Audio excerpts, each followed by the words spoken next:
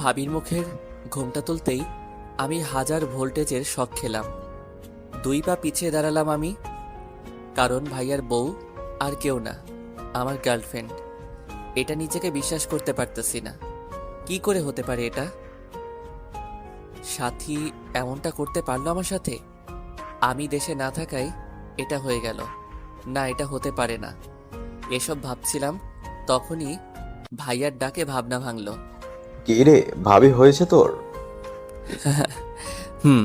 যাক, তাহলে তুই গিয়ে রেস্ট নে, পরে কথা হবে। আচ্ছা বলেই সেখান থেকে চলে আসলাম। রুমে এসে দরজাটা লাগিয়ে দিলাম। তারপর পুরনো কথাগুলো ভাবতে লাগলাম। চলুন আসল পরিচয় দিয়ে নেই। আমার নাম আনোয়ার হুসাইন, বাসা মেহেরপুর জেলা, থানা মুজিবনগর। আমি আপু আব্বু আম্মুকে নিয়ে আমাদের হ্যাপি ফ্যামিলি। আমাদের নিজেদের বিজনেস আছে, যেটা ভাইয়ার আব্বু মিলে সামলাই। তাই আমাকে কোম্পানি নিয়ে চিন্তা করতে হয় না। আমি পড়ালেখা শেষ করে একটা প্রাইভেট কোম্পানিতে চাকরি করি। বিন্দাস লাইফ। আমার একটা বড় ভাই আছে। পরিবারে আমরা 4 জন, সরি 5 জন। আজকে ভাইয়ার বউ তো আজকে বাসায় আসলো, যেটা আমার জন্য সব থেকে বড় সারপ্রাইজ। চলুন শুরু থেকে গল্প শুরু করি। আমার ঘরে 2টা ষাঁড় বড় হয়েছে, একটারও বিয়ে করার নাম নাই। আমাকে এই বয়সে রান্না করে খাওয়াতে হয় এগুলো রে।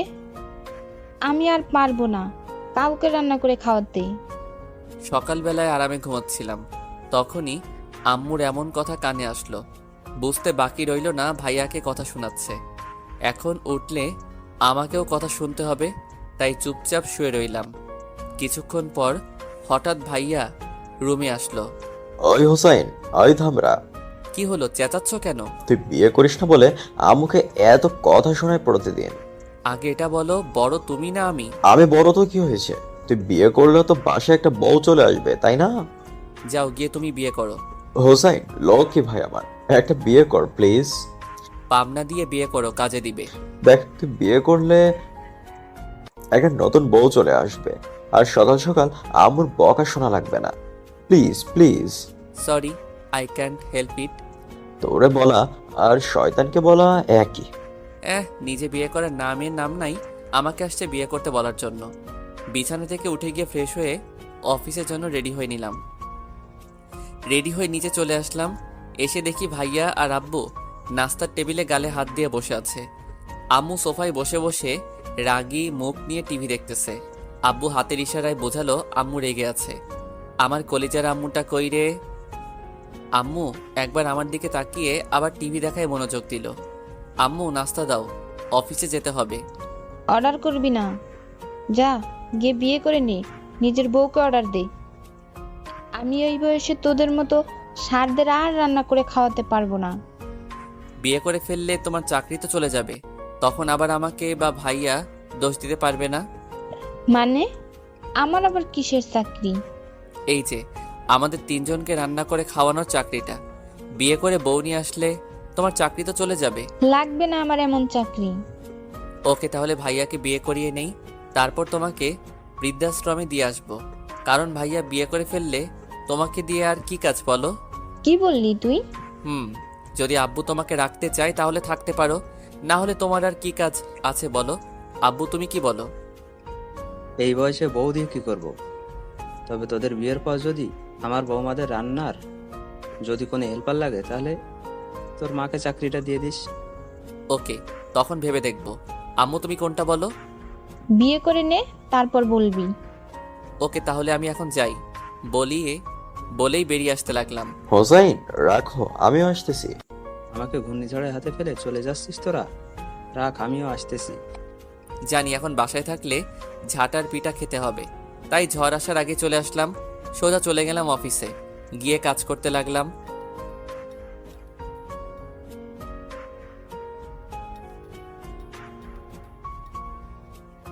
তখনই মোবাইলটা বেজে উঠল। তাকিয়ে দেখি আর কেউ না, আমার গার্লফ্রেন্ড সাথীর ফোন। সাথীর বাবা মা কেউ নেই, একটা ছোট বোন আছে এই দুনিয়ায়। আর যদি কেউ থাকে সেটা বলতে গেলে আমি। ও খুব কিউট একটা মেয়ে, কিন্তু ওর ছোট বোনকে আমি এখনো দেখিনি, কারণ মাস 2-1 হলো আমাদের রিলেশনের। এসব চিন্তা বাদ দিয়ে ফোনটা রিসিভ করলাম। তুমি কি বিজি খুব? না, কেন? তাহলে কালকে বিকেলে আমার সাথে দেখা না করে কোথায় গিয়েছিলে? কালকে বিকালে তো বিয়ে করতে গিয়েছিলাম। কেন, তুমি জানো না? হুম, তা আজকে কি দেখা করা যাবে? হুম, ম্যাডাম ডেকেছে। আমি না এসে পারি? থাক, আর ঢং করতে হবে না। তা এখন আসতে পারবে একটু? কোনো জরুরি কাজ আছে নাকি? না, তেমন কিছুই না, শুধু তোমাকে দেখতে মন চাইতেছে। 5টায় পার্কে এসো, তখন মন ভরে দেখে নিও। এখন মাত্র আসলাম, আবার যদি এখনই চলে যাই তাহলে চাকরিটা আর বাঁচানো যাবে না। ওকে, বাই বেবি। আমি আবারও কাজে মন দিলাম। 5টায় অফিস শেষ হওয়ার পরে সোজা চলে গেলাম। গিয়ে দেখি সাথী ওর সাথে একটা মেয়ে নিয়ে বসে আছে। আমি স্বাভাবিকভাবেই গিয়ে বসলাম। হুসাইন, তোমাকে বলেছিলাম না আমার বোনের কথা? হুম। ওই হলো আমার ছোট বোন সুমনা আক্তার, জান্নাত। সবাই জান্নাত বলে ডাকে। হাই। হ্যালো। তা কি নামে ডাকবো আপনাকে? মানে? মানে দুলাভাই না নাম ধরে? আমাকে নাম ধরে ডাকলেই খুশি হব। ওকে হুসাইন ভাইয়া, তাহলে আপনারা কথা বলেন, আমি এখন আসছি। কি হলো, জান্নাত চলে গেল কেন? বাজে কয়টা? আগে এটা দেখো। 5:40 কেন? তুমি 5টায় আসবে বলেছিলে, আর এখন বাজে 5:40। আর জান্নাতের 6টা থেকে ডান্স ক্লাস আছে, তাই চলে গেছে। ও সরি, আসলে বের হতে একটু দেরি হয়ে গিয়েছে। ওকে, তা কি খাবে বলো? তুমি যা খাবে আমিও তাই খাবো। ওকে। কিছুক্ষণ সাথীর সাথে কথা বলে বাসায় চলে আসলাম। বাসায় আসতেই দেখি ভাইয়া আর আব্বু গালে হাত দিয়ে সোফায় বসে আছে। কি হলো, এভাবে গালে হাত দিয়ে বসে আছো কেন তোমরা? দুইটা ব্যাড নিউজ আছে তাই। তা কি কি শুনি। প্রথমত, আজকে বাসায় কিছুই রান্না হয়নি, মানে না খেয়ে থাকতে হবে। আরেকটা? আমাদের দাদু পরশুদিন নাকি আসবে, গ্রামে নাকি ঘোরা শেষ, তাই পরশুদিন আসবে। তো কি হয়েছে, কাল থেকে নামাজ পড়া শুরু করে দিব, তাহলেই তো সব সমস্যার সমাধান। তোমরা বসো, আমি ফ্রেশ হয়ে এসে দেখি কি করা যায়। বলেই রুমে চলে আসলাম। রুমে এসে অনলাইনে খাবার অর্ডার করে দিলাম।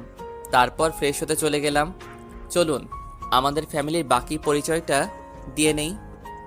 অনেকেই ভাবছেন আমার গার্লফ্রেন্ড আছে, তাহলে বাসায় বললেই তো বিয়ে করিয়ে দেয়। সেটা আমিও জানি, কিন্তু সবথেকে বড় সমস্যা হলো দাদু। আসলে আমাদের বংশের নাকি একটা রুলস আছে, প্রেম করে বিয়ে করলে তাকে পরিবার ত্যাগ করতে হবে। আমার ছোট চাচা বিয়ে করেছিল, তাই তাকে পরিবার ত্যাগ করতে হয়েছে সারা জীবনের জন্য। কাকাকে এখনো পর্যন্ত দেখিনি, তার খবর আজও পাইনি।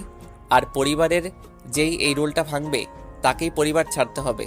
আর আমি পরিবার ছাড়া বাঁচতে পারবো না, তাই চুপচাপ পড়ে থাকাই ভালো। আসলে কাকাকে দাদু না, দাদা বের করে দিয়েছিল। দাদুর মনটা অনেক নরম। দাদাভাই মাস 6 আগেই মারা গেছে। দাদু বাসায় থাকলে সবাইকে সুন্দর করে চলতে হয়, তাই দাদু আসার আগেই সব ঠিক হয়ে যেতে হবে। আমার আব্বু আম্মু যদিও আমাদের জেনারেশনটাকে বুঝতে পারে, কিন্তু দাদুর উপরে কথা বলার কেউ নেই বাসায়, তাই বাসা ছেড়ে থাকার চেয়ে চুপচাপ বাসায় থাকাই ভালো।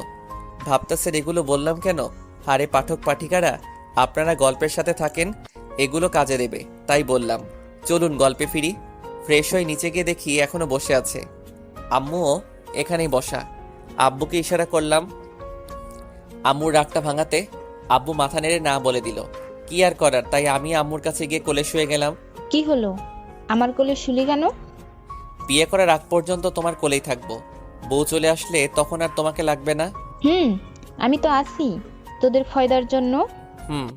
এখন কথা না বলে খাবার দাও, অনেক খিদে লাগছে। আমি আর কাউকে রান্না করে খাওয়াতে পারবো না। ও ভালো কথা, ভাইয়া বিয়ে করবে বলে রাজি হয়ে গেছে। ভাইয়ার দিকে তাকিয়ে চোখ টিপ দিয়ে ইশারায় সায় দিতে বললাম। তোমরা মেয়ে দেখতে থাকো। ওকে, তাহলে তোরা বস, আমি রান্না করতে গেলাম। ভাইয়া আমার দিকে চোখ গরম করে তাকালো। বুঝলাম ভাইয়া রেগে আছে আমার উপর। আম্মু আজকে রান্না করার দরকার নাই, অনলাইনে অর্ডার করে দিয়েছি, এখনই চলে আসবে। ওকে, তা তোর কোনো পছন্দ আছে নাকি? ভাইয়া মাথা নেড়ে না করলো। ওকে, তাহলে আমি মেয়ে দেখতে থাকি। চিপাই পড়ে ভাইয়া হ্যাঁ বলল। তারপর খাওয়া দাওয়া করে রুমে চলে গেলাম। কিছুক্ষণ পর ভাইয়া আসলো রুমে। ওই, তুই আমার নাম নিতে গেলি কেন? এখন যদি সত্যি ধরে বিয়ে করে দেয়? আম্মু মেয়ে দেখতে থাকো আর আমি বিয়ে ভাঙতে থাকবো। কিভাবে? সেটা তোমার না জানলেও চলবে, এখন যাও গিয়ে ঘুমিয়ে পড়ো। ওকে বলেই বেরিয়ে গেল। তারপর ঘুমিয়ে গেলাম আরামে। এভাবে কিছুদিন চলে গেল। আম্মু ভাইয়ার জন্য মেয়ে দেখে আর আমি সেটাতে কাটি করে ভেঙে দেই। এভাবে চলছিল দিনগুলো। তখনই হঠাৎ একদিন অফিসে বসে কাজ করছিলাম, তখনই দারোয়ান এসে বলে গেল কোম্পানির এমডি স্যার ডাকতেছে। কি আর করার, তাই গেলাম ওনার রুমে। গিয়ে নক করতে ভিতরে আসার অনুমতি দিল। ভিতরে আরও কয়েকজন কলিগ বসে আছে দেখতে পেলাম। স্যার আমায় ডেকেছিলেন? হুসাইন, আসো, এসে বসো। Thanks sir.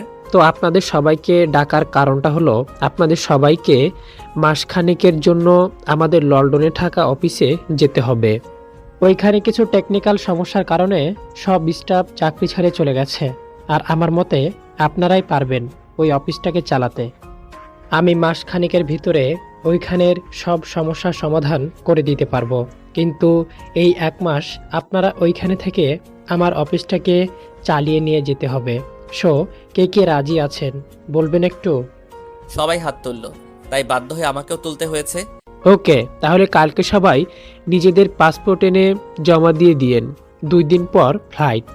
তারপর ওই রুম থেকে বেরিয়ে সোজা বাসায় চলে আসলাম। এত তাড়াতাড়ি আসতে দেখে আম্মু জিজ্ঞেস করলো, কিরে, এত তাড়াতাড়ি চলে আসলি যে? এমনি রুমে গিয়ে বসেছিলাম, তখনই সাথীর কল আসলো, তাই রিসিভ করলাম। বলো কি বলবে?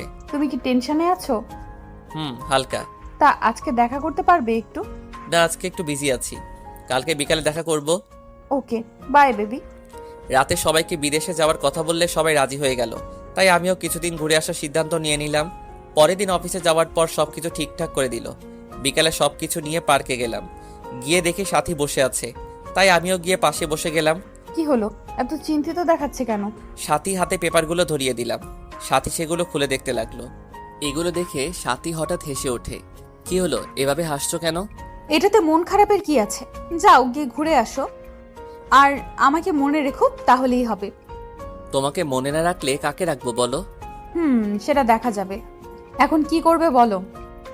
তুমি বলো কি করব? চলো আজকে একটু ঘোরাফেরা করি, কারণ থেকে 1 মাস তো আর পাবো না তোমাকে। ওকে চলো। সাথীকে নিয়ে ডিনার করে ওর থেকে বিদায় নিয়ে চলে আসলাম। প্রতিদিনের মতো ওই দিনও ভাইয়ার সাথে কিছুক্ষণ কথা বলে ঘুমিয়ে গেলাম। ঘুম থেকে উঠে দেখি রেডি হওয়ার টাইম হয়ে গেছে, তাই ফ্রেশ হয়ে নিচে চলে আসলাম। সবার থেকে বিদায় নিয়ে চলে আসলাম এয়ারপোর্টে। এসে দেখি সাথী দাঁড়িয়ে আছে। কি হলো, তুমি এখানে কেন? তোমাকে দেখার জন্য আসলাম। সাথীর চোখের কোণে পানি টলমল করতেছে, ভালোভাবে কথা বলতে পারতেছে না। আরে বোকা, আমি চলে আসবো তো বললাম, কাদার কি আছে? কই, কাঁদে না তো। আচ্ছা এখন আসি, চেকিংয়ের টাইম হয়ে গেছে। ভালো থেকো আর নিজের খেয়াল রেখো। ওকে।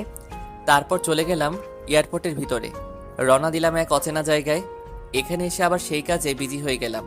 সারাদিন শেষে বাসায় আর সাথীর সাথে কথা বলিনি। এভাবে কেটে গেল 25 দিন। রাতে মোবাইল টিপতেছিলাম, তখনই ভাইয়া কল দিল, তাই রিসিভ করলাম।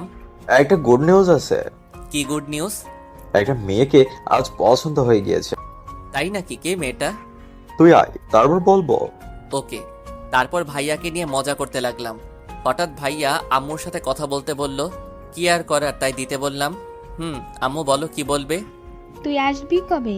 15 তারিখে। কেন? মানে আর 2 দিন পর কেন? তাহলে 17 তারিখে তোর ভাইয়ের বিয়ের তারিখ লিখে দিই। কোনটা বলিস? কি এত তাড়াতাড়ি? 100টা মেয়ে দেখার পর একটা মেয়ে পছন্দ হয়েছে, এটাতেও যদি লেট করি তাহলে দেখা যাবে এটাও ভেঙে গেছে। আমি তো কালকেই বিয়ে পড়িয়ে দিতাম, শুধু তুই নেই বলেই করাইনি। তুই 15 তারিখে আসলে 17 তারিখে বিয়ে, এটাই ফাইনাল। ওইদিকে আমি 2 দিন পার হওয়ার অপেক্ষা করতেছিলাম, আর এদিকে বাড়িতে ঝড়ের বেগে বিয়ের প্রস্তুতি নিচ্ছে। যাক, আজকে লাস্ট অফিস, কালকেই ফিরে যাব দেশে। ভাবতে কেমন লাগতেছিল। এসব ভাবছিলাম আর কফি নিয়ে অফিসের জানালা দিয়ে বাহিরে তাকিয়ে বৃষ্টির মজা নিচ্ছিলাম। বাহিরে প্রচুর বৃষ্টি, বাংলাদেশের কাল বৈশাখী ঝড়ের মতো। এমন সময় অফিসের ইনচার্জ সবাইকে মিটিং রুমে ডাকলো। মিটিংয়ে জানতে পারলাম আকাশের পরিস্থিতি খারাপ, তাই 17 তারিখ সকাল পর্যন্ত সব ফ্লাইট নাকি বন্ধ করে দেওয়া হয়েছে। 17 তারিখের বিকেল 5টার ফ্লাইটে দেশে ফিরতে হবে আমাদের সবাইকে। কথাটা শুনে মাথাটা চক্কর কেটে উঠল। বড় ভাইয়ার বিয়েতে থাকতে পারবো না, মনটা খারাপ হয়ে গেল। এখন ভাইয়াকে কি বলে বুঝ দিব? এসব ভাবতে ভাবতে বাসায় চলে আসলাম। ফ্রেশ হয়ে টিভি দেখতেছিলাম, তখনই আম্মু কল দিল।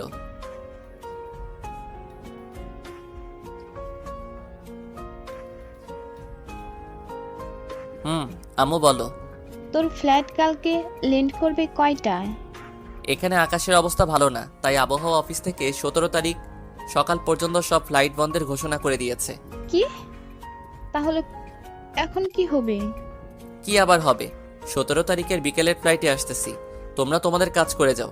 তারপর অনেক কষ্টে সবাইকে মানালাম, কারণ বিয়েতে সবাইকে ইনভাইট করা হয়ে গেছে। এখন ডেট পিছিয়ে দেওয়া অসম্ভব, তাই তারিখ অনুযায়ী বিয়ে হবে বলে দিলাম। সাথীকেও কথাটা জানিয়ে দিলাম। তারপর দিলাম একটা আরামের ঘুম।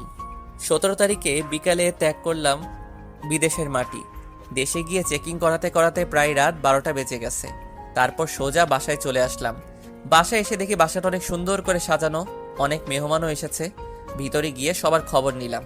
ভাইয়া এসে আমাকে জড়িয়ে ধরলো। চল, তোর ভাবিকে দেখবি? অনেক রাত হয়ে গেছে, কাল সকালে পরিচয় হয়ে যাব না হয়। চুপ, আয়, তোর মতামত জানবো বলে বসে আছি। কেন? আম্মু আর দাদু বলছে তোর বউ পছন্দ হবে না, এটা নিয়ে বাজি লেগে বসে আছি। কিসের বাজি? তোর পছন্দ হলে আম্মু আর দাদু আমাকে 5,000 টাকা দেবে, আর না হলে আমি দেব। ওকে চলো তাহলে, ভোট হয়ে যাক। বলেই ভাইয়াকে নিয়ে ভাবির রুমে চলে আসলাম।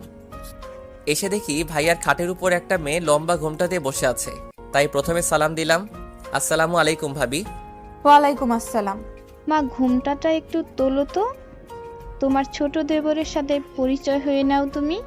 ভাবি তাও ঘুমটা উঠাচ্ছে না। কিছুটা অবাক হলাম ভাবির এভাবে বসে থাকার কারণে। অবশেষে দাদি গিয়ে আস্তে করে ভাবির মুখের কাপড়টা তুলে দিল।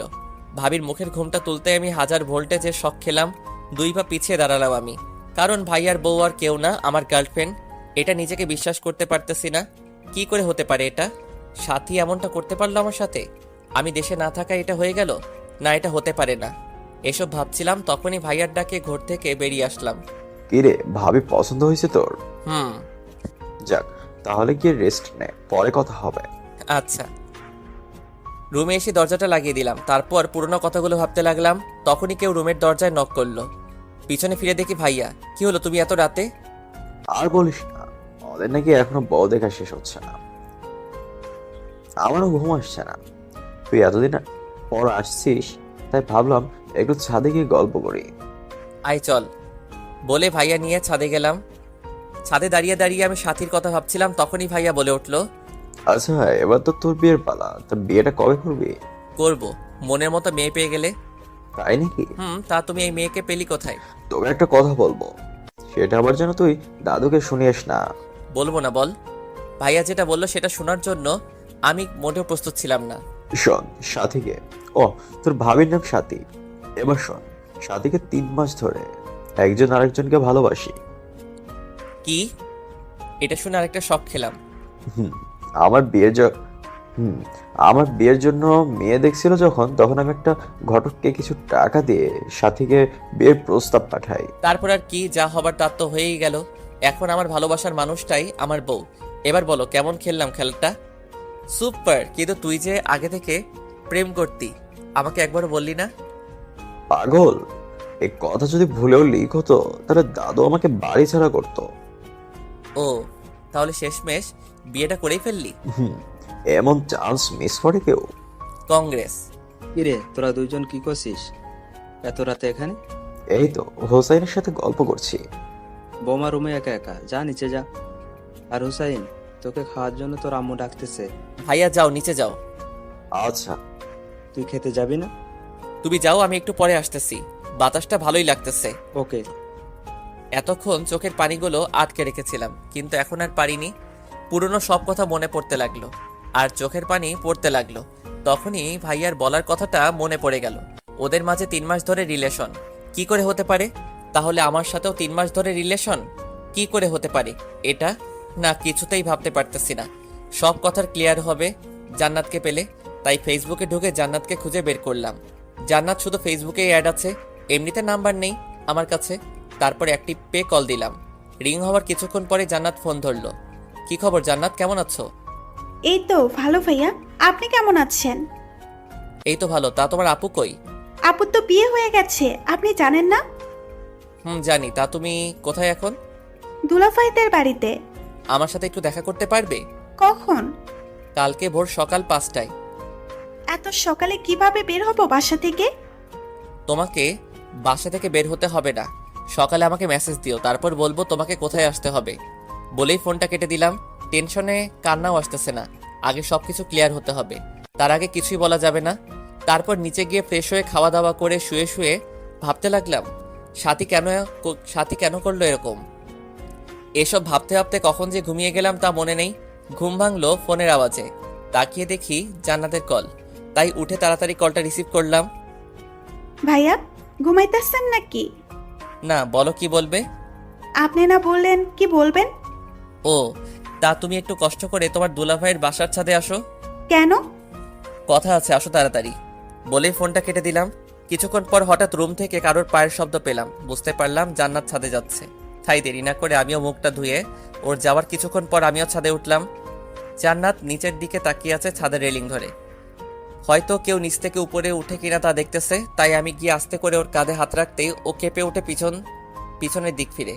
আরে ভাইয়া আপনি আসলেন কখন? এই তো এখনই। ও, তা কিসের জন্য ডেকেছিলেন? তোমাকে কিছু কথা জিজ্ঞেস করার জন্য। বলুন। আচ্ছা, তোমার আপু তোমাকে আমার সম্পর্কে কি বলেছে? আপনি নাকি আপুর সাথে রিলেশন রাখতে চান না বলে ব্রেকআপ করিয়েছিলেন, তারপর নাকি আপনি দেশের বাইরে চলে গেছেন, তারপর আপু ঠিক করলো বিয়ে করবে, তারপর আর কি সব নিমিষেই হয়ে গেল। ও, আচ্ছা আপনি আমার আপুকে এভাবে ধোকা দিলেন কেন? কে কাকে ধোকা দিয়েছে সেটাই তো বুঝতে পারতেছি না। মানে? সেটা তুমি বুঝবে না। তা তোমার দুলাভাইরা কয় ভাই? শুনেছি 2 ভাই। ও, তা তোমার দুলাভাই কি ছোট না বড়? পরিবারের নাকি বড় ছেলে। ও, তা তোমার দুলাভাইয়ের ছোট ভাইকে কখনো দেখেছো? না, শুনেছি গত রাতে নাকি ফিরছে, কিন্তু সারাদিন অনেক ক্লান্ত থাকায় ঘুমিয়ে গিয়েছিলাম, তাই আর দেখা হয়নি। ও, তাহলে সকালে নাস্তার টেবিলে তো নিশ্চয়ই দেখা হবে, তাই না? কি জানি। ও হ্যাঁ, আরেকটা কথা, সকালে নাস্তার পরে আবার এখানেই আসবে, আর নাস্তার টেবিলে যা দেখবে তা চুপচাপ শুধু হজম করবে। কি বলেছি বুঝেছো? মানে? মানে নাস্তার টেবিলে কি হয় তা শুধু দেখবে, আর নাস্তা করার পর এখানে আসবে, বুঝেছো? এখন যাও। আচ্ছা। আমি নিজেই বুঝতেছি না কি হচ্ছে আমার সাথে, মাথাটা ঘুরতেছে আমার। রুমে গিয়ে ফ্রেশ হয়ে নিলাম, তারপর বসে বসে আবার ভাবতে লাগলাম কি হচ্ছে আমার সাথে, বা কেনই হচ্ছে আমার সাথে। সাথী কি আমার উপর প্রতিশোধ নিতে চাইতেছে নাকি অন্য কিছু? সাথী কি জানতো না যে আমার ভাইয়া ওর স্বামী? না, এটা হতে পারে না, কারণ আমি আমাদের বাসার সবার ছবি ওকে দেখিয়েছি। তাহলে ও এমনটা করলো কেন? সাথী ভাইয়ার সাথেও 3 মাস ধরে রিলেশন চালাচ্ছে, আবার আমার সাথেও, এটা হয় কি করে?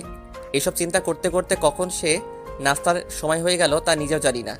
হঠাৎ আম্মুর ডাকে ঘোর কাটলো আমার, তাকিয়ে দেখে আম্মু দরজার সামনে দাঁড়িয়ে। কিরে, তুই এভাবে মন মরা হয়ে বসে বসে কি ভাবছিস? আম্মুকে কিছু একটা না বললে আম্মু সব বুঝে ফেলবে, তাই বলে দিলাম এই যে ভাইয়া বিয়ে করে ফেলেছে, এটা নিয়ে মন খারাপ। কেন, বিয়ে করায় মন খারাপের কি আছে? এই যে ভাইয়া বিয়ে করায় এখন সকাল সকাল তোমার ওয়াজটা শুনতে পাই না, এটা ভেবেই মনটা খারাপ হয়ে আছে। দূর পাগল, আয় খেয়ে যা, সবাই তোর জন্য অপেক্ষা করছে। তুমি যাও, আমি আসতেছি। ওকে। আমি মুখটা ধুয়ে নিজেকে স্বাভাবিক করে নিচে চলে গেলাম। নিচে এসে দেখি সবাই নাস্তার টেবিলে বসে গল্প করতেছে, আর সাথে কিচেনে আমুর সাথে, আর জান্নাত মাথা নিচের দিক দিয়ে মোবাইল টিপতেছে। ভাইয়া দেখতেই আমাকে ডাক দিল। আরে হোসাইন, আয় আয়, তোর জন্য অপেক্ষা করছিলাম। আমি মাথা নেড়ে বললাম, আর সাথীর চেহারা রিয়াকশনটা দেখতে লাগলাম। সাথী স্বাভাবিকভাবেই ওর কাজ করে যাচ্ছে, আর এদিকে জান্নাত আমাকে দেখতেই চোখগুলো টিউবলাইট হয়ে গেল। আমি গিয়ে জান্নাতের পাশে বসে গেলাম। জান্নাত চোখ বড় বড় করে আমার দিকে তাকিয়ে আছে। টেবিলে বসতে সবাই নাস্তা করতে শুরু করলো, কিন্তু জান্নাত আমার দিকে এখনো চোখ বড় বড় করে তাকিয়ে। কি হলো জান্নাত, খাচ্ছ না কেন? একদম আস্তে করে বললাম, যেন জান্নাত ছাড়া কেউ শুনতে না পায়। আরে জান্নাত, তোমাদের তো পরিচয় করানো হয়নি। জান্নাত ও আমার ছোট ভাই হোসাইন, আর হোসাইন ও হলো জান্নাত, তোর ভাবির একমাত্র ছোট বোন। হাই। হ্যালো।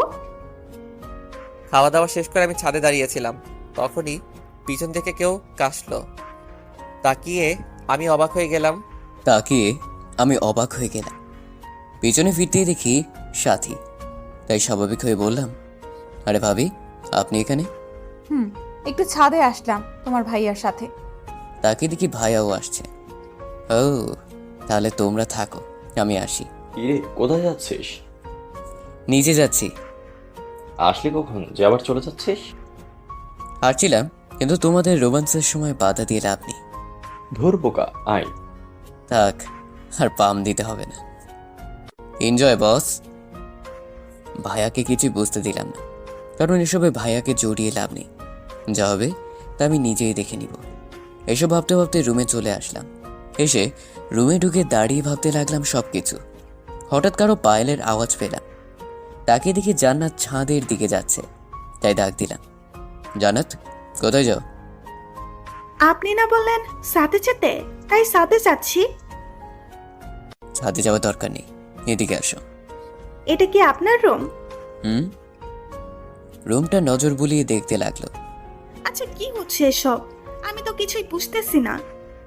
আমি নিজেই বুঝতেছি না তোমাকে কি বলবো। আপনি আপুকে ছেড়ে দিয়েছেন, তারপর আপু আপনার ভাইয়াকে বিয়ে করে ফেলেছে। কি হচ্ছে এসব? তুমি কিছু জানো এরকমটা করার কারণটা কি? না ভাইয়া, আমি তো এসবের কিছুই জানি না। তবে আপু যে কোনো কিছু করতে চাইতেছে এটা আন্দাজ করতে পারতেছি। হুম, কিন্তু কেন করবে এসব?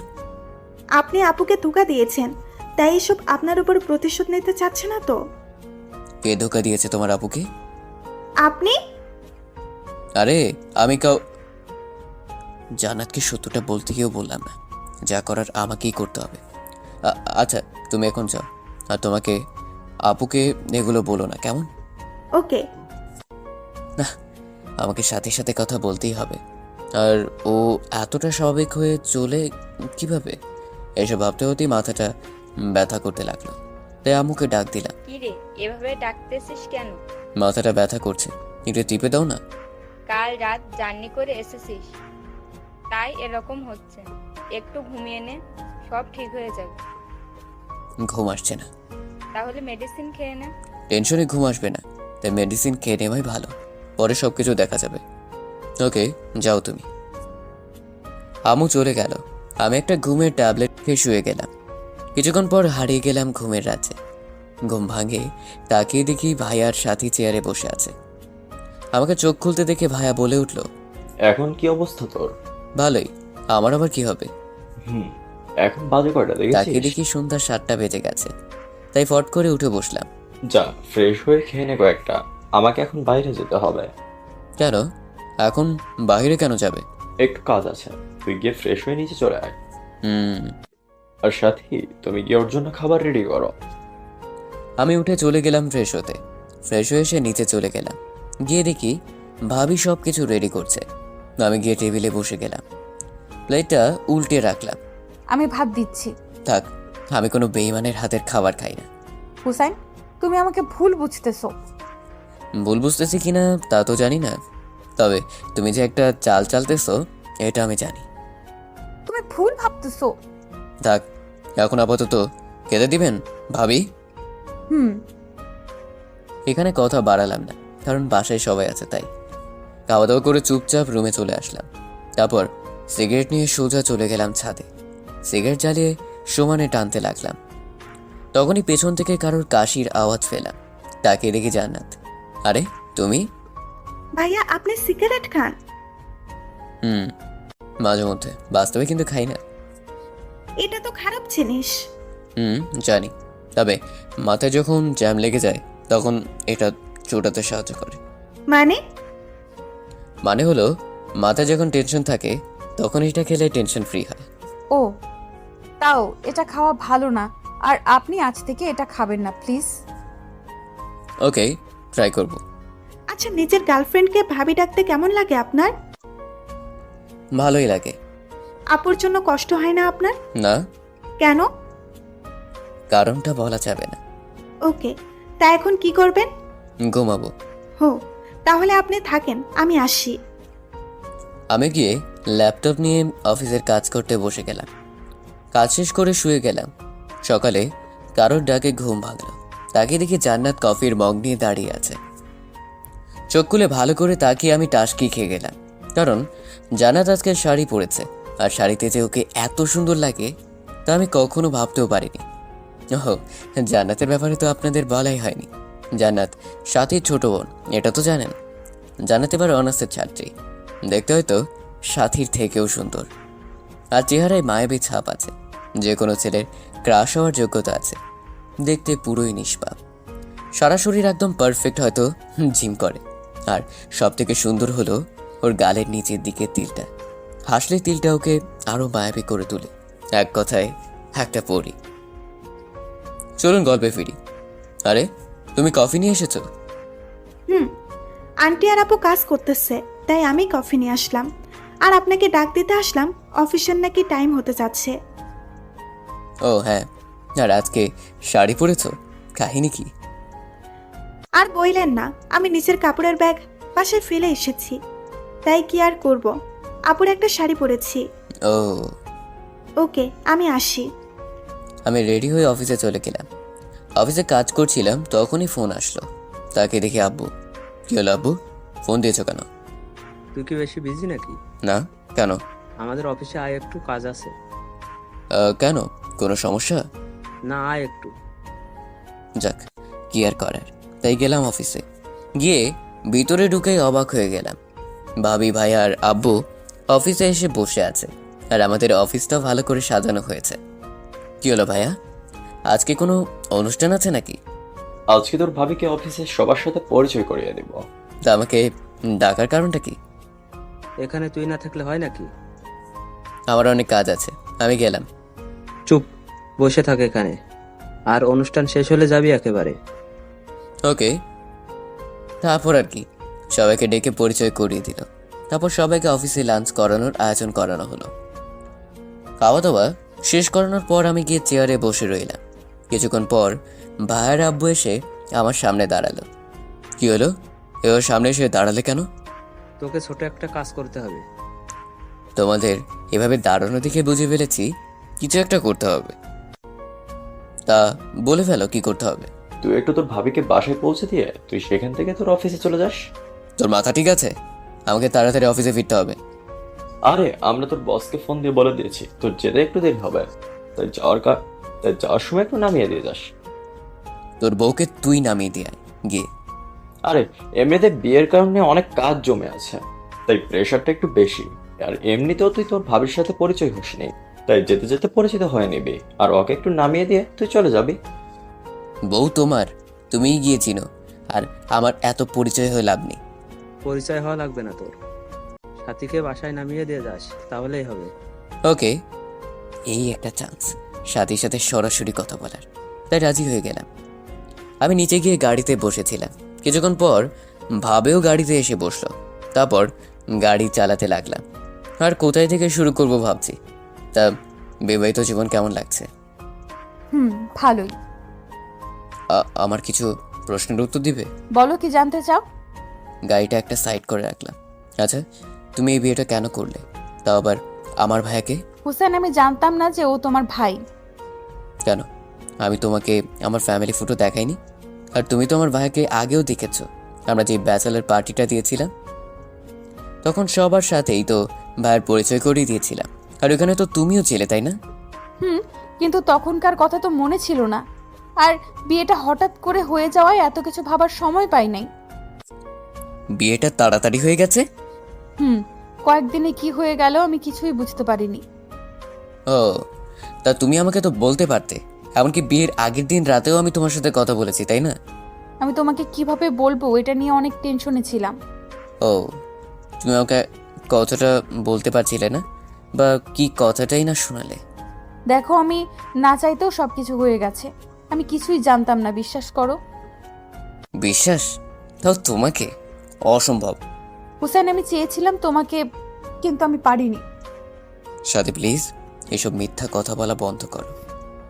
আমি মিথ্যা বলতেছি এটা তোমার কেন মনে হলো? কারণ আমি সবই জানি সাথী, সো আমাকে মিথ্যা বলে লাভ নেই। মানে? আচ্ছা, আমাকে কিছু প্রশ্নের উত্তর দিবে সাথী প্লিজ? বলো। আচ্ছা, তুমি ভাইয়াকে বিয়েটা করতে না করলে না কেন?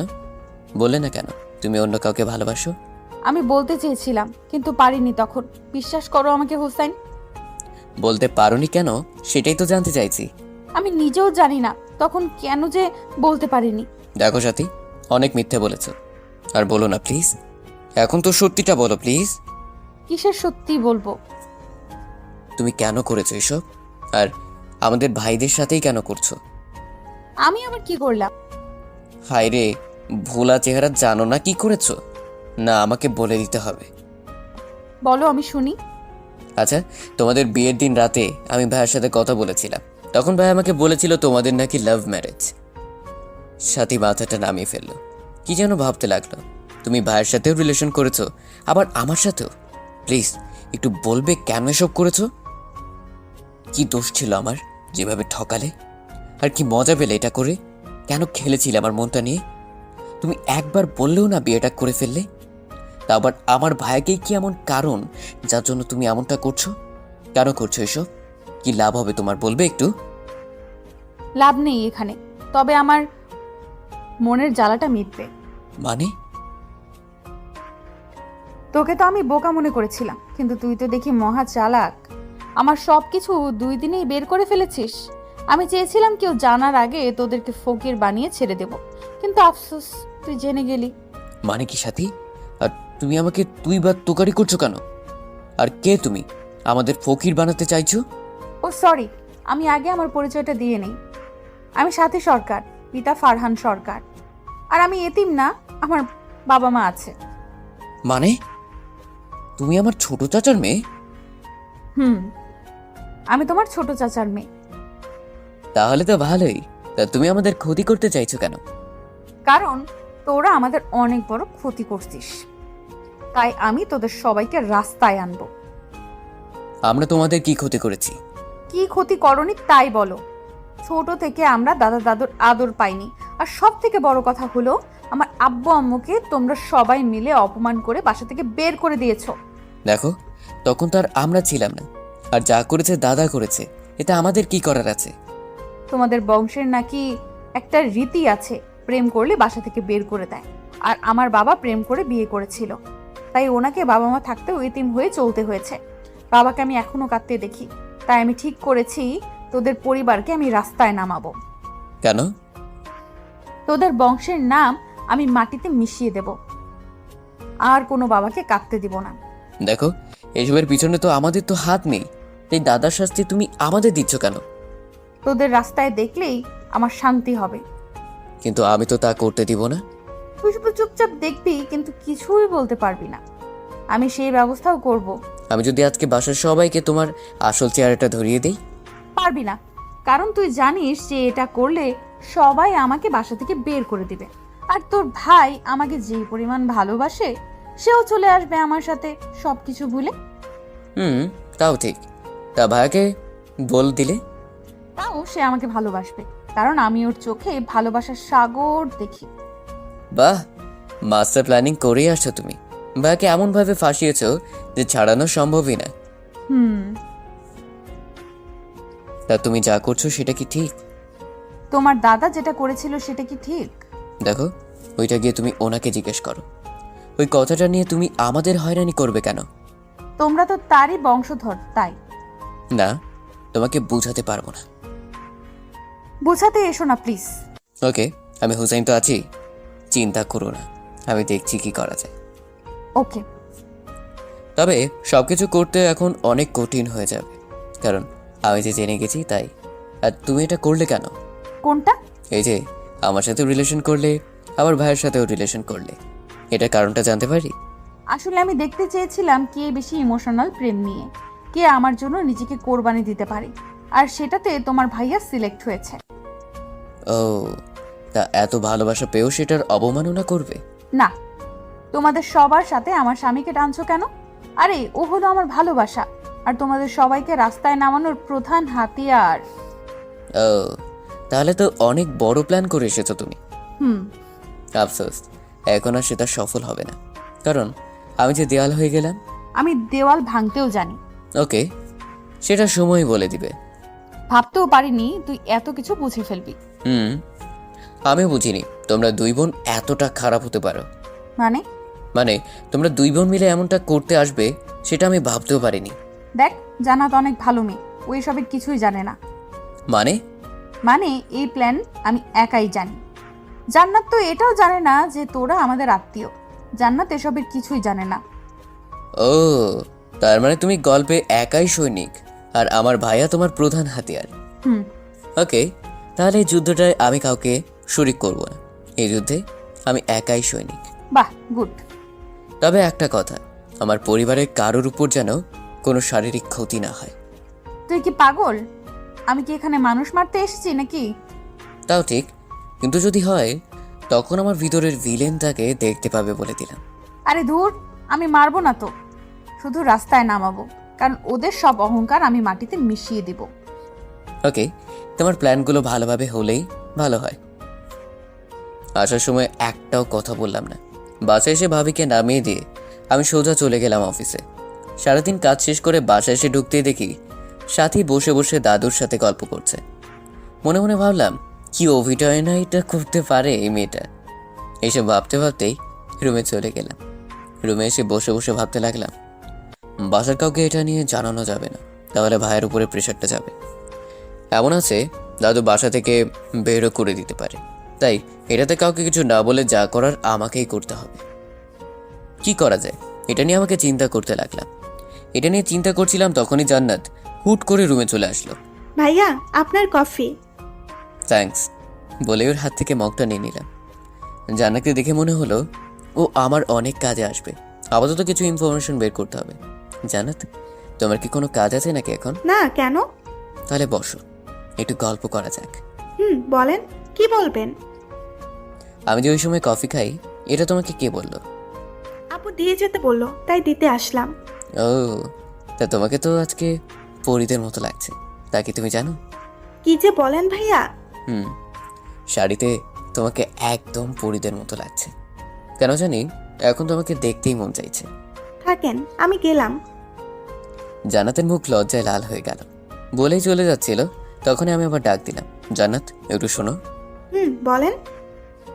রাতে একটু ছাদে আসতে পারবে? তোমার সাথে কিছু জরুরি কথা আছে। ওকে। একটু মায়াবী সুরে বললাম। যাক, কাজে দিয়েছে। এখন জান্নাতের থেকে কথা বের করতে হবে। এইসব ভাবছিলাম তখন আম্মু এসে খাবারের জন্য ডেকে গেল। খাওয়া দাওয়া করে রুমে এসে একটা সিগারেট টেনে তারপর ছাদে গেলাম। ছাদে কেউ নেই দেখে জান্নাতকে নক করলাম ছাদে আসতে। তারপর দাঁড়িয়ে দাঁড়িয়ে আবার ভেবে নিলাম কি করব। কিছুক্ষণ পর কেউ পিছনে হাত রাখলো, তাকে দেখি জান্নাত। ভাইয়া কি কিছু ভাবতেছেন? না। ও, তা বলেন, কি বলতে ডেকেছিলেন? আসলে তুমি তো আমাদের পরিবারের সবাইকে চিনো, তাই না? কেন? কিন্তু জান্নাত, তুমি তো তোমাদের পরিবারের কথা আমাকে বললেই না। মানে? মানে তোমাদের পরিবারে কে কে আছে, কে কি করে, মানে তোমাদের ফ্যামিলি ডিটেলস। ও সরি, আসলে আমরা ইউকেতে থাকি, ওইখানের নাগরিক আমরা। আমাদের পরিবারে আমরা 4 জন। আমি, আব্বু আম্মু আর আপনার ভাবি। আমরা বাংলাদেশে এবার ঘুরতে এসেছিলাম। তখনই আপু ঠিক করে ফেলে সে বাংলাদেশে বিয়ে করবে, আর তারপর বিয়েও করে ফেলে। তোমার আব্বু আম্মু বিয়েতে আসেনি কেন? আসলে ইদানিং ব্যবসায় অনেক সমস্যা হচ্ছে, তাই আপু এখন বাসার কাউকেই জানায়নি যে সে বিয়ে করতেছে। ব্যবসার সব সমস্যা মিটে গেল আপু আম্মুকে জানিয়ে দেবে, আর আপাতত আমাকেও বলতে না করেছে। ও, তা তোমার আব্বুর নাম কি? ফাহাদ সরকার। কেন? না, এমনি। আসলে আমি তো কখনো জানতাম না তোমাদের ব্যাপারে, তাই আজকে একটু জেনে নিলাম আর কি। ও আচ্ছা, তোমাদের কোম্পানির নাম কি? Group of company. ও ভালো। তো তুমি কি ইউকেতেই ফিরে যাবে নাকি? না, আপাতত দেশেই আছি। আব্বু আম্মু আসলে ওনাদের সাথে দেশে ফিরবো। ও, তাহলে তো ভালোই। আচ্ছা, তা আপনি এখন কি করবেন?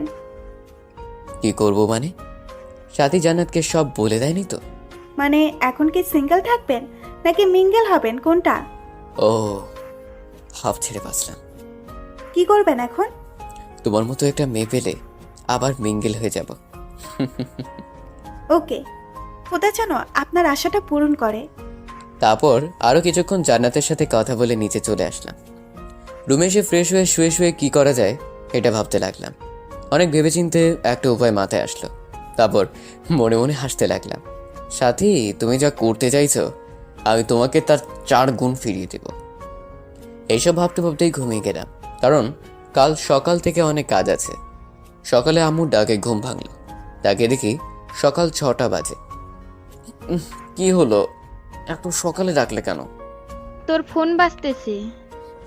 ও দাও বলেই ফোনটা ধরলাম। অফিসের বস ফোন দিয়েছিল, জরুরি অফিসে যেতে হবে। কি সমস্যা নাকি হয়েছে ডিলারদের সাথে। কি আর করার, তাই উঠে ফ্রেশ হয়ে চলে গেলাম অফিসে। সারাদিন অফিসের ঝামেলা শেষ করে বাসায় আসলাম। তারপর বসে বসে গান শুনছিলাম। তখনই মনে পড়লো তৌফিকের কথা। তৌফিক ইউকেতেই থাকে, আরও অনেক বড় একটা কোম্পানির ম্যানেজার। তাই যা করার ওকে দিয়েই করাতে হবে। তাই ফোনটা বের করে ফোন দিলাম ওকে। একবার রিং হওয়ার পর ফোনটা ধরলো। খিরে মামা, কি খবর? ভালো। তোর কি খবর? কি আর অবস্থা, চলতেছে দিন। শোন, তোকে একটা কাজে ফোন দিয়েছিলাম। কি কাজ? তোকে আমার কিছু ইনফরমেশন বের করে দিতে হবে। কিরকম ইনফরমেশন? একজন লোকের সব ইনফরমেশন বের করে দিতে হবে, এমনি কি তার সম্পত্তিগুলো কার কার নামে আছে সেগুলো পর্যন্ত। কি বলিস মামা, এটা তো অনেক বড় বিপজ্জনক কাজ। তুই পারবি কি না সেটা বল। দেখ হুসাইন, এটা বাংলাদেশ না যে ঘুষ দিয়ে বের করে ফেলতে পারবো। এটা ইউকে। যদি কর্তৃপক্ষ জানতে পারে আমি কারো সম্পত্তি লিস্ট দেখছি বা তার ব্যাপারে ইনফরমেশন এসছে, তাহলে আমার জেল হতে পারে। তার মানে তুই পারবি না, তাই তো? দেখ, আমি সেটা বলিনি, তুই লোকের নাম ঠিকানা পাঠা। আমি দেখতেছি আমার সহপাঠীদের সাথে কথা বলে। ওকে, আমি পাঠাচ্ছি, তুই ওদের সাথে কথা বলে আমাকে জানা। ওকে। আমি ইমেইলে ওকে কোম্পানির নাম ঠিকানা সব কিছু দিয়ে দিলাম।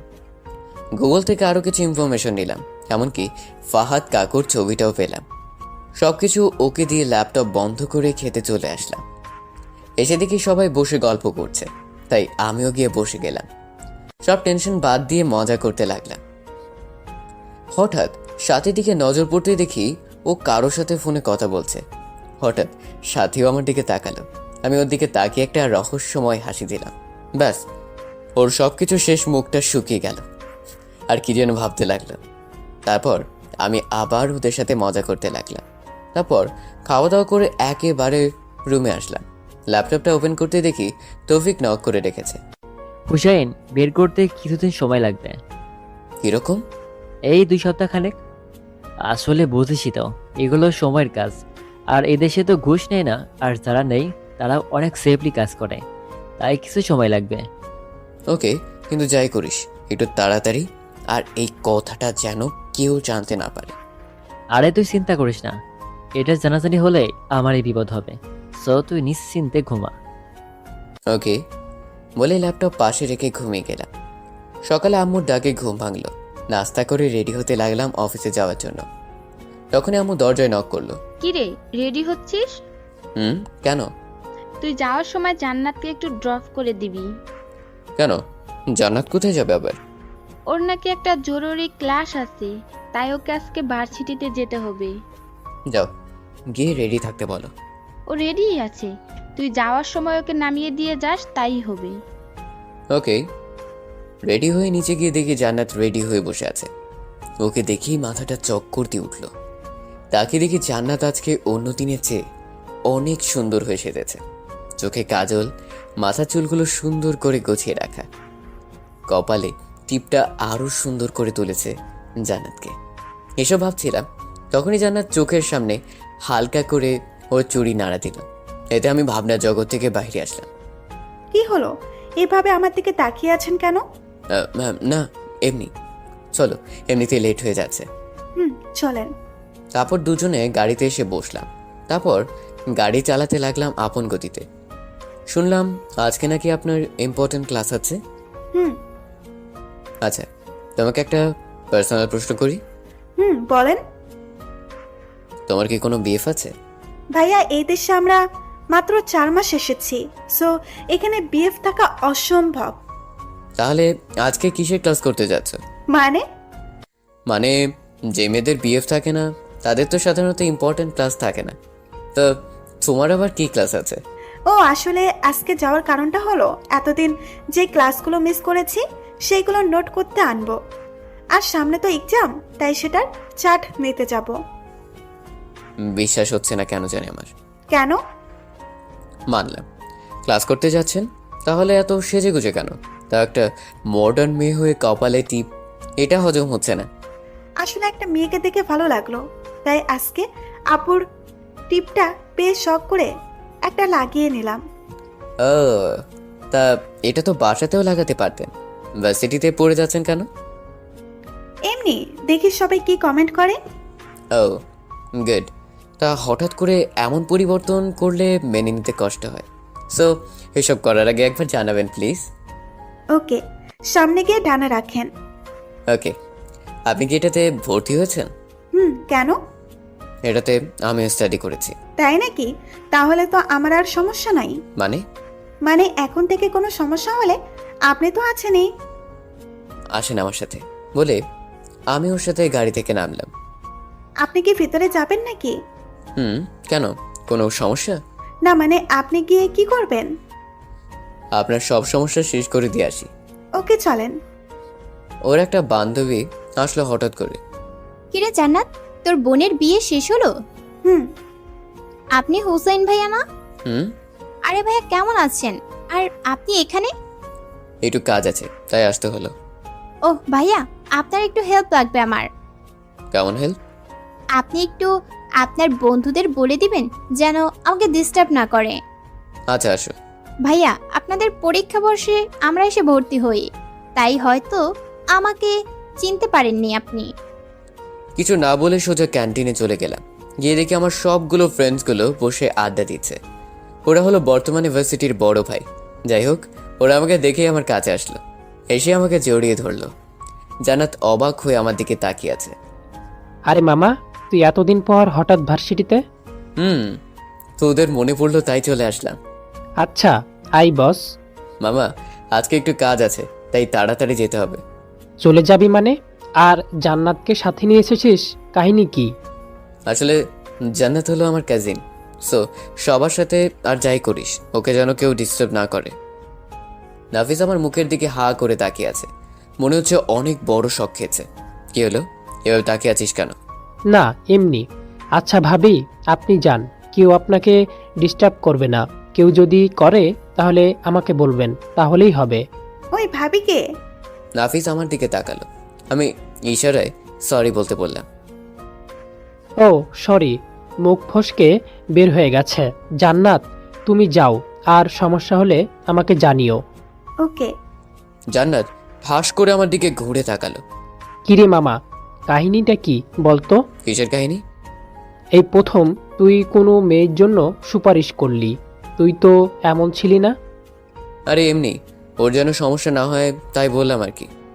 ও, তা তুই জান্নাতকে ভাবি বললি কেন? আরে আমি তো ভাবছিলাম জান্নাতকে হয়তো তুই বিয়ে করবি। না হলে এভাবে কলেজে এসে আমাদেরকে দেখিয়ে বলে যেতিস না যে ওকে ডিস্টার্ব করিস না। একটা ফোন করলেই তো হতো। আরে যাচ্ছিলাম এইখান দিয়ে, ভাবলাম তোদের সাথে দেখা করে যাই। আচ্ছা, জান্নাতকে কি আমাদের ভাবি বানানোর মতলব আছে নাকি? নাফিসের কথাটা ভাবতে লাগলাম। আসলে খারাপ কথা বলেনি নাফিস। সাথীর বড় হাতিয়ার হলো আমার ভাইয়া, আর এটাই হলো আমার কমজোরির জায়গা। সাথীকে দমাতে হলে ওর একটা কমজোরির জায়গা রাখতে হবে, নাহলে পরেও শক্তিশালী হয়ে যাবে। আর জান্নাত হলো সেই কমজোরিটা। এমনিতেও আমার একটা হাতিয়ার লাগবে, সো জান্নাতকে হাতিয়ার বানাতেই হবে। এসব ভাবছিলাম, তখনই নাফিসের ভাবনার জগৎ থেকে বেরিয়ে আসলাম। কিরে, কি এত ভাবছিস? জান্নাত কি হবে নাকি আমাদের ভাবি? তোর কতটা ভালো লাগছে ভেবে দেখবো। ওকে মামা, তা এখন কি করবি? অফিসে যেতে হবে। ওকে, কিন্তু মাঝে মাঝে আসিস। ওকে, আর বাকিগুলো কই? ওরা আজকে আসবে না, তাই আমাকেই সামলাতে হবে। ওকে তাহলে আরেকদিন আসিস। ওকে বলেই সেখান থেকে চলে আসতে লাগলাম। আসার সময় দেখি জান্নাত আমার দিকেই আসছে, তাই আমিও দাঁড়ালাম। কি হলো, কিছু বলবেন? থ্যাঙ্কস উপকার করার জন্য। ওয়েলকাম। আচ্ছা এখন যাই, না হলে অফিসের জন্য লেট হয়ে যাবে।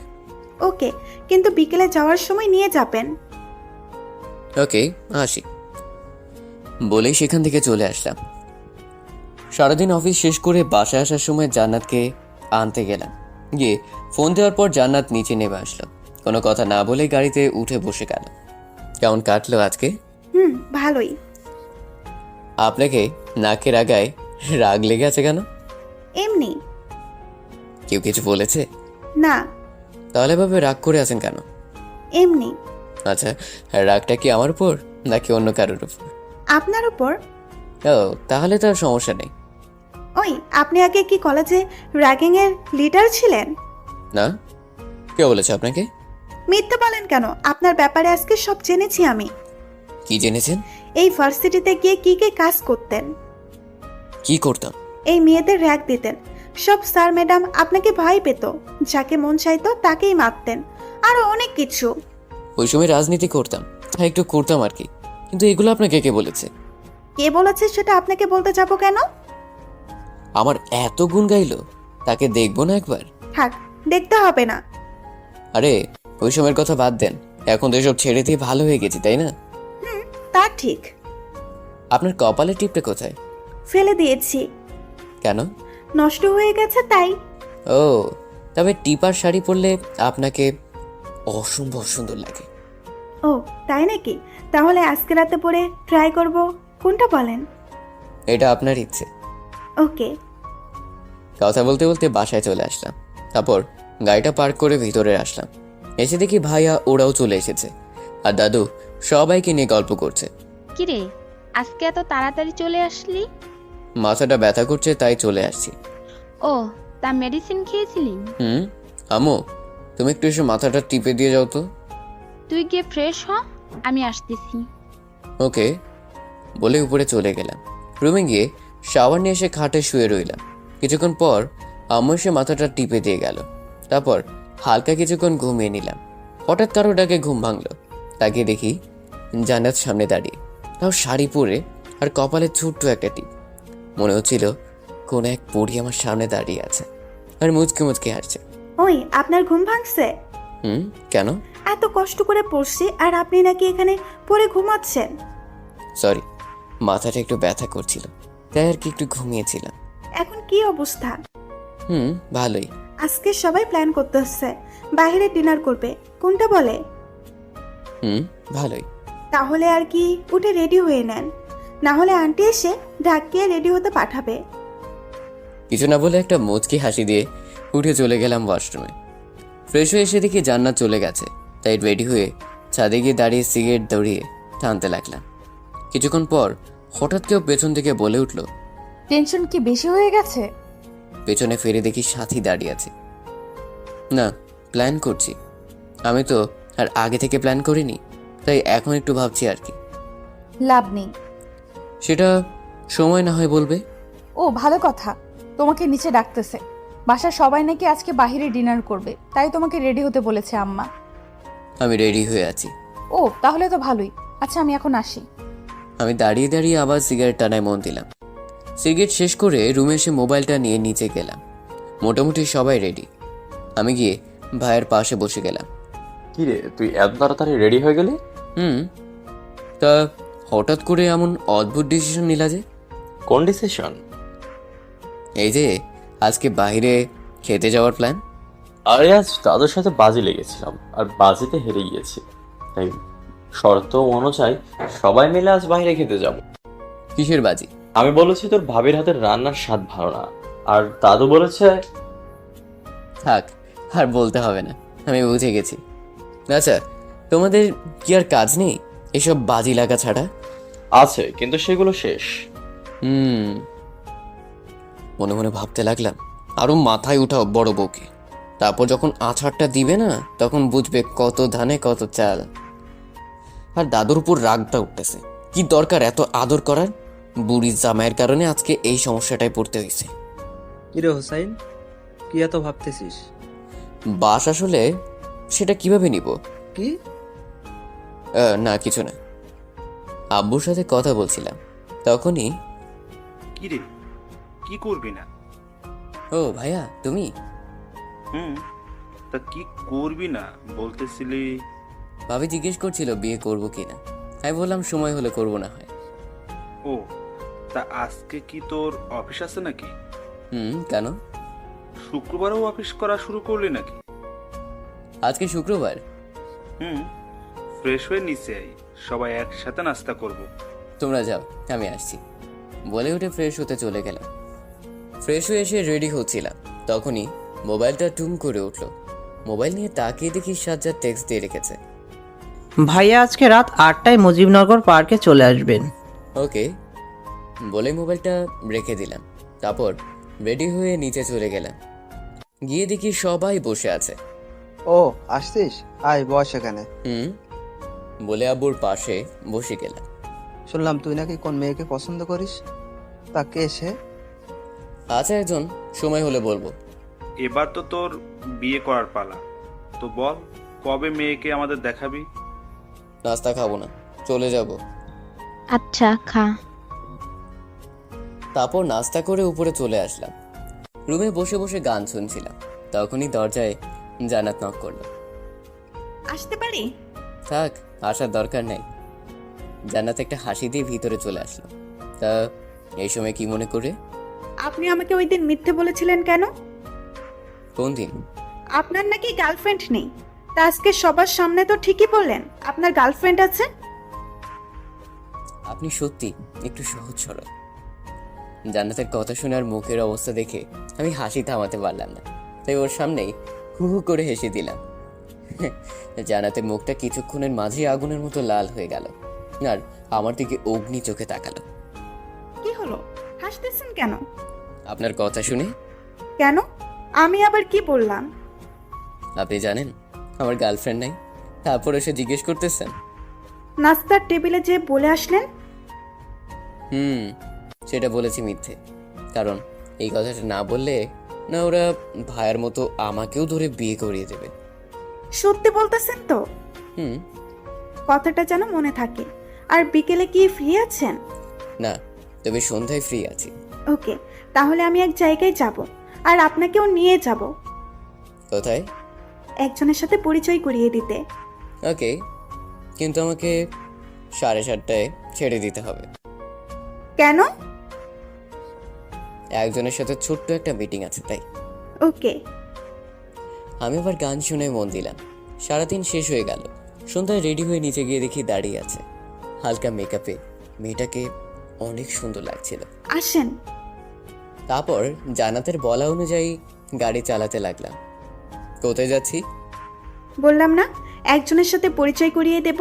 ওকে বলেই চুপচাপ করে গাড়ি চালাতে লাগলাম। অবশেষে জান্নাত একটা পুরনো বাড়ির পিছনে গাড়ি থামাতে বলল। আমি কিছু না বলে চুপচাপ গাড়ি থেকে নেমে দাঁড়িয়ে রইলাম। কিছুক্ষণ পর কয়েকটা ছেলে আসলো। জান্নাত ওদেরকে দেখে এগিয়ে গেল, তাই আমিও ওর পিছনে গেলাম। এই যে, ও হলো নীল, আমার বেস্ট ফ্রেন্ড। আর নীল, ও হলো তোদের দুলাফাই। হাই ভাইয়া। হ্যালো। জান্নাতের কথা শুনে আমি আকাশ থেকে পড়লাম। কি বললো? আমার মাথাটা ঘুরতে লাগলো। নিজের কানকে বিশ্বাস করতে পারছি না, তাও নিজেকে সামনে নিলাম। আচ্ছা শোনো, ওর একটা হেল্প লাগবে, তাই তোমার সাথে দেখা করতে চেয়েছে। হ্যাঁ বলো ভাই, তোমার কি সমস্যা? আসলে ভাইয়া, আমি গ্রামের ছেলে, শহরে পড়তে এসেছি। আমার শহরে কোনো রিলেটিভ নেই, তাই থাকার জন্য ম্যাচটাই আছে। কিন্তু ম্যাচে নাকি জায়গা নেই। আমি আমার বন্ধুদের কাছ থেকে জানতে পেরেছি ম্যাচে জায়গা আছে, কিন্তু বড় ভাইয়া তা আটকে রেখেছে। ভাইয়া, আপনি যদি একটু ওনাদের বলে দিতেন তাহলে আমার থাকার জায়গাটা হয়ে যেত। আমি ওর কথা শুনে আমি জান্নাতের দিকে তাকালাম। জান্নাত ইশারায় অনুরোধ করলো, ওকে তুমি কালকে নাফিজের সাথে দেখা করো, তাহলেই হবে। থ্যাঙ্কস ভাইয়া। ওয়েলকাম। আর আমাকে এখন যেতে হবে, আমি আসি। ওকে ভাই, ভালো থাকবেন। বলেই জান্নাতকে নিয়ে সেখান থেকে চলে আসলাম। গাড়িতে এসে গাড়ি নিয়ে বাসার দিকে ছুটতে লাগলাম। একটা কথাও বললাম না। সরি, আসলে ওর সামনে আপনাকে আমার স্বামী বানানোর কারণে। বানানোর কারণটা কি? আসলে ও আমাকে পছন্দ করে, হয়তো ভালোবাসে, কিন্তু আমি ওকে ওই নজরে কখনো দেখিনি। তাই এই চান্সে সব সমস্যার সমাধান করে দিলাম। এখন থেকে আর আমাকে পছন্দ করবে না। আমিও সব ঝামেলা থেকে বেঁচে গেলাম। ও, একজনের কাছ থেকে বাঁচতে গিয়ে আর একজনকে স্বামী বানিয়ে ফেললেন। ভালো করেছি। এখন আমাকে বাসায় নামিয়ে দিয়ে আপনি কোথায় যাবেন সেখানে যান। ওকে বলে আপন মনে গাড়ি চালাতে লাগলাম। তারপর জান্নাতকে বাসায় নামিয়ে দিয়ে আমি আবার ছুটলাম সেই মুজিবনগর পার্কের কাছে। সেখানে পৌঁছে কিছুক্ষণ বসে থাকার পর হঠাৎ দেখলাম সাজ্জাদ আর নিলয় ভাই আসছে। তারপর তারা আমাকে নিয়ে একটা বাসার ভেতরে চলে গেল। হোসাইন, তোমার ব্যাপারে সব বলেছে সাজ্জাদ আমাকে। ভাই আপনার শুধু আমাকে ইনফরমেশনগুলো দিবেন, আপনাদের টিমের বদনাম হতে দিব না, আমি ওয়াদা দিলাম। আর ওই মেয়েটাও জানবে না যে আমি ওর সব প্ল্যান জেনে গেছি। খেলাটা নিচে গিয়ে খেলবো।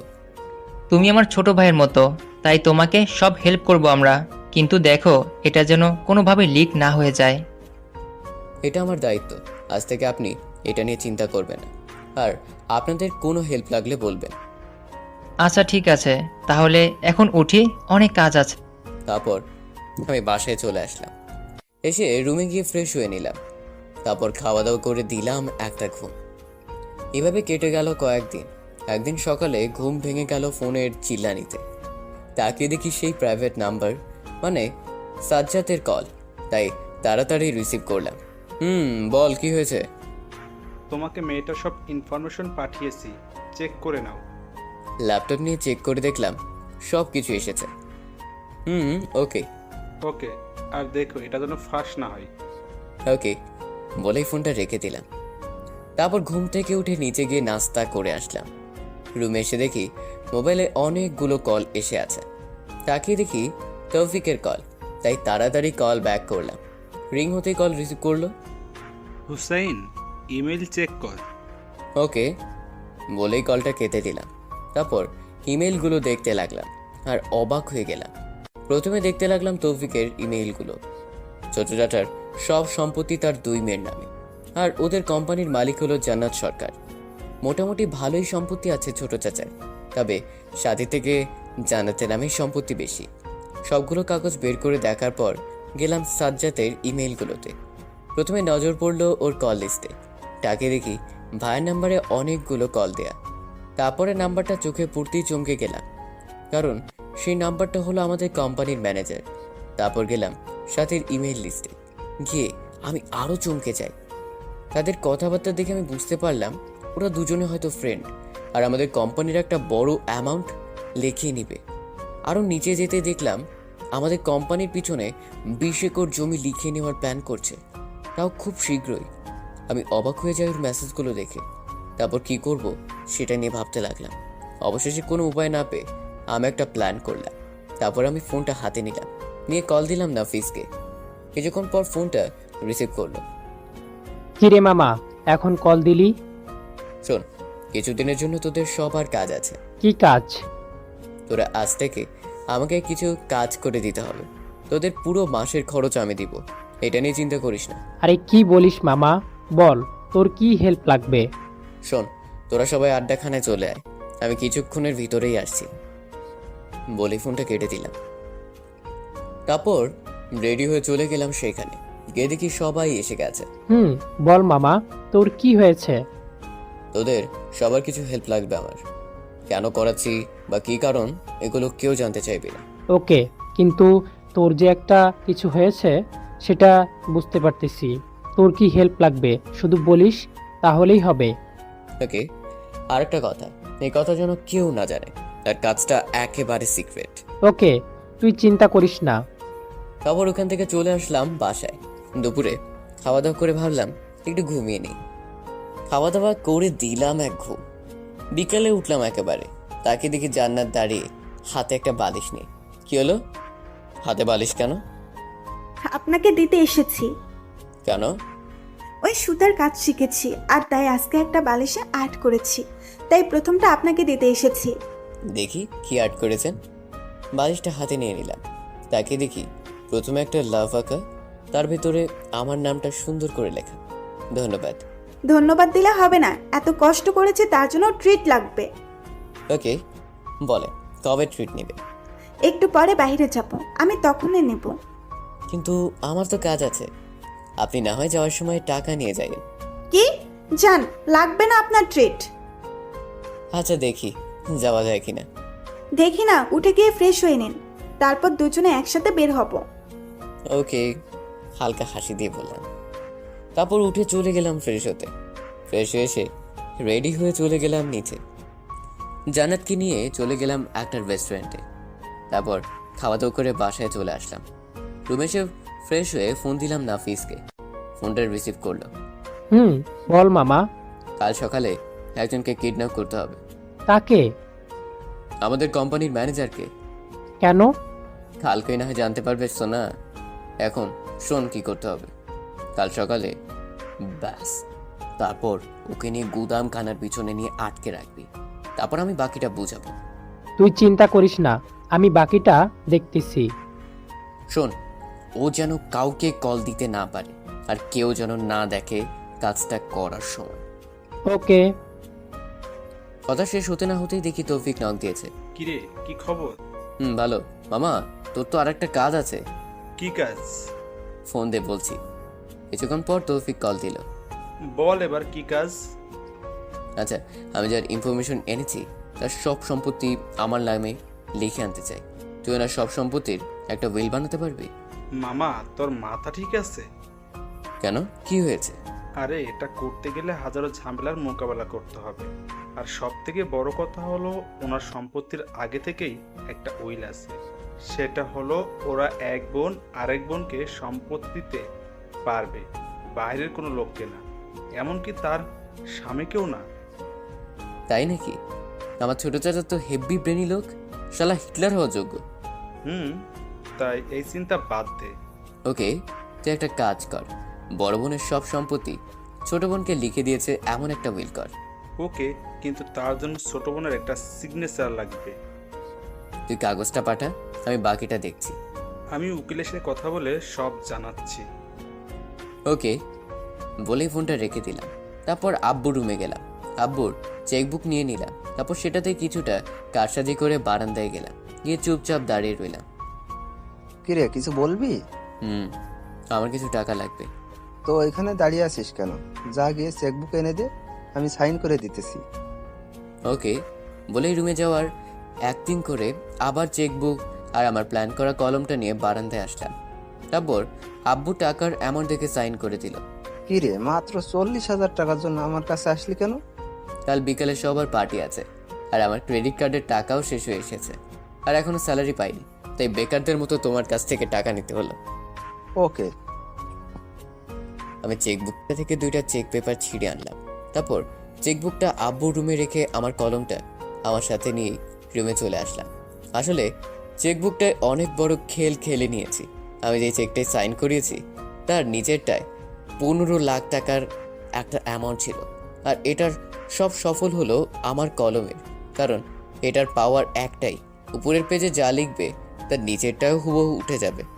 তা এখন 2টো চেকই আমার হাতে, আর কাল সকালে শুরু হবে একটা ঝামেলা। এসব শেষ করে ফ্রেশ হয়ে নিচে গিয়ে সবার সাথে হালকা কিছু মুখে দিয়ে রুমে চলে আসলাম। তারপর রুমে শুয়ে শুয়ে ভাবতে ভাবতেই ঘুমিয়ে গেলাম। সকালে ফোনে চিল্লানিতে ঘুম ভাঙলো, তাকে দেখি নাফিস ফোন দিয়েছে, তাই তাড়াতাড়ি উঠে ফোনটা রিসিভ করলাম। কিরে, ঘুম ভাঙছে? তা কাজটা হয়েছে মাম্মা? শালারে গুদামে আটকায় রাখছি, তুই আই, আমি আছি এখানে। ওকে বলে ফোনটা কেটে দিয়ে চলে গেলাম ওয়াশরুমে। সকাল সকাল রেডি হয়ে চলে আসতে দেখে আম্মু ডাক দিল। কিরে, কোথায় যাচ্ছিস? বন্ধুদের সাথে আজকে পার্টি আছে, তাই এখন একটু যেতে হবে। কিন্তু অফিসের ব্যাগ নিয়ে কোথায় যাচ্ছিস? সেখান থেকে অফিসে চলে যাব, আসি এখন, বাই বলেই বাসা থেকে বেরিয়ে চলে আসলাম। তারপর সোজা চলে গেলাম গুদাম ঘরে, গিয়ে দেখি নাফিস বসে আছে। আমাকে দেখি নাফিস আসলো। আচ্ছা, একে এখানে আনার কারণটা কি বলতো? বলতেছি, আগে বল ওই শালা কোথায়? ভিতরে বেঁধে রেখেছি। ওকে আয়, তোকে সব খুলে বলতেছি। নাফিসকে নিয়ে গিয়ে একটা টুলে বসলাম। বল, কাহিনী কি? শোন তাহলে। নাফিস প্রথম থেকে সবকিছু খুলে বললাম। এবার বুঝলি তো? শালাকে আগে মারবো, তারপরে তোর বাসায় গিয়ে তোর ভাবিকে মারবো। আরে পাগল থাম, ও তো প্রথমত আমার ভাবি, তারপর আমার চাচাতো বোন, আর ওর রাগ করাটা স্বাভাবিক। তাই বলে তোদেরকে এভাবে নিচে নামানোর প্ল্যান করতেছে? আর আমি ওর সব রাগ ভেঙে দিব, তুই দেখিস। ওকে ভাইয়ের একটা লক্ষ্মী বউ বানাবো আমি। ওকে, তুই শুধু বলবি কি করতে হবে, বাকিটা আমি দেখে নিব। চল গেমের প্রথম পর্বটা খেলে যাই, তারপর দুপুরে বাকিটা খেলবো। আচ্ছা আই। আসলে আমাদের ম্যানেজার একজন ইয়াং ছেলে, বয়স আমার সমান বা তার একটু বড়। রুমে ঢুকতে আমার দিকে তাকালো।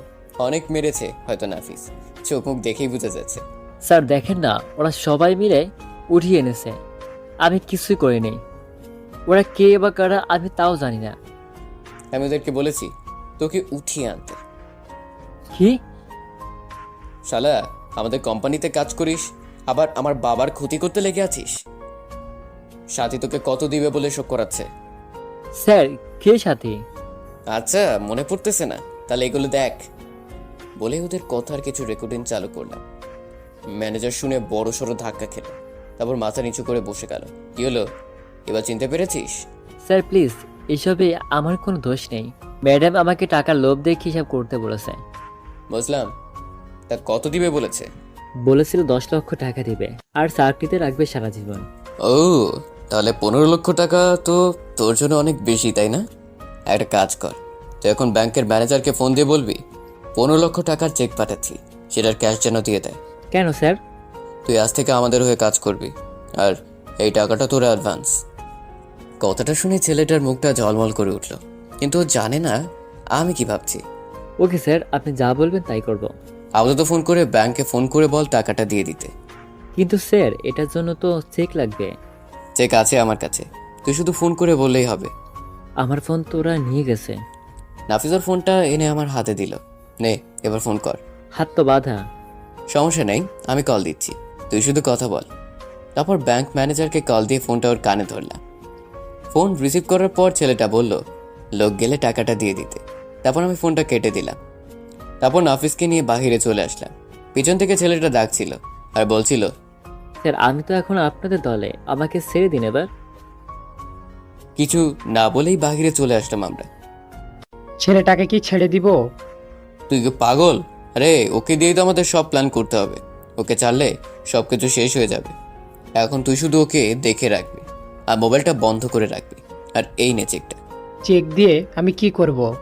চেকটা নিয়ে টাকা তুলে নিয়ে আসবি, আর এমন লোককে পাঠাবি যেন ওদেরকে কেউ না চিনে, আর মুখ যেন সহজে কেউ দেখতে না পায়। ওকে, তুই চিন্তা করিস না।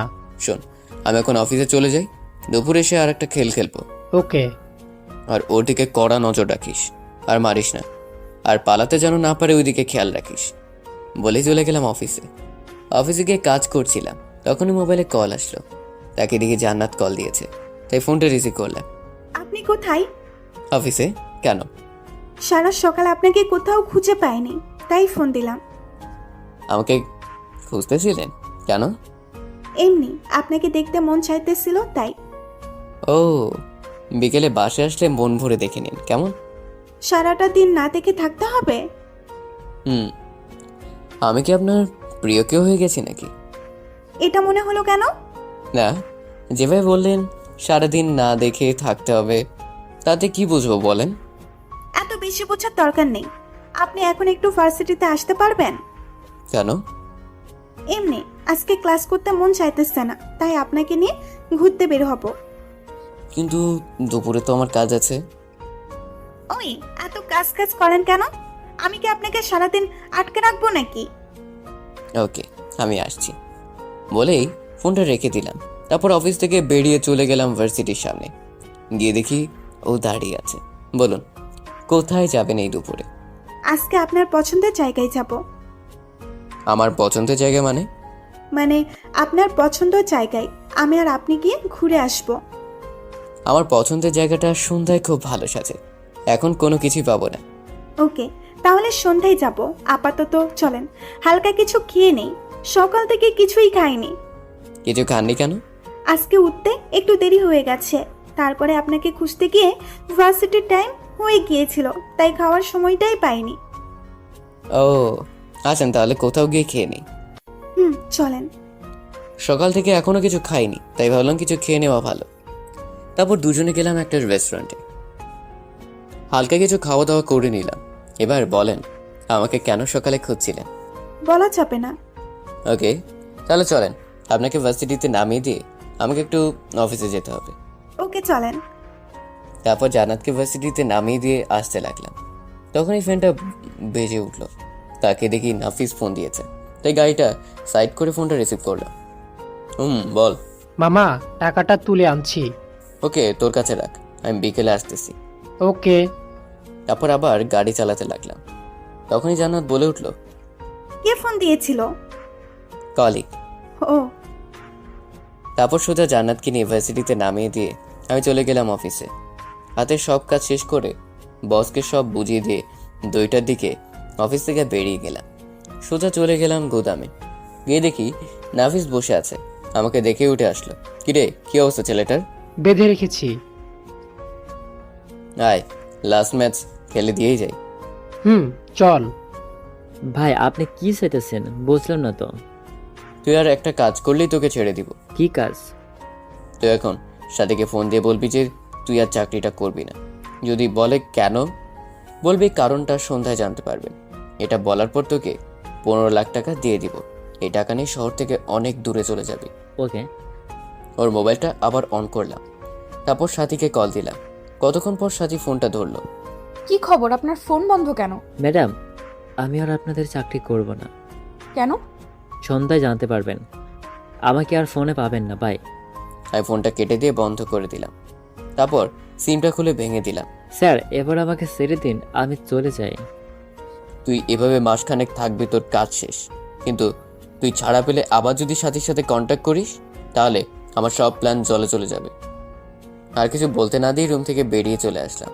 কিরে, ওকে এইখানে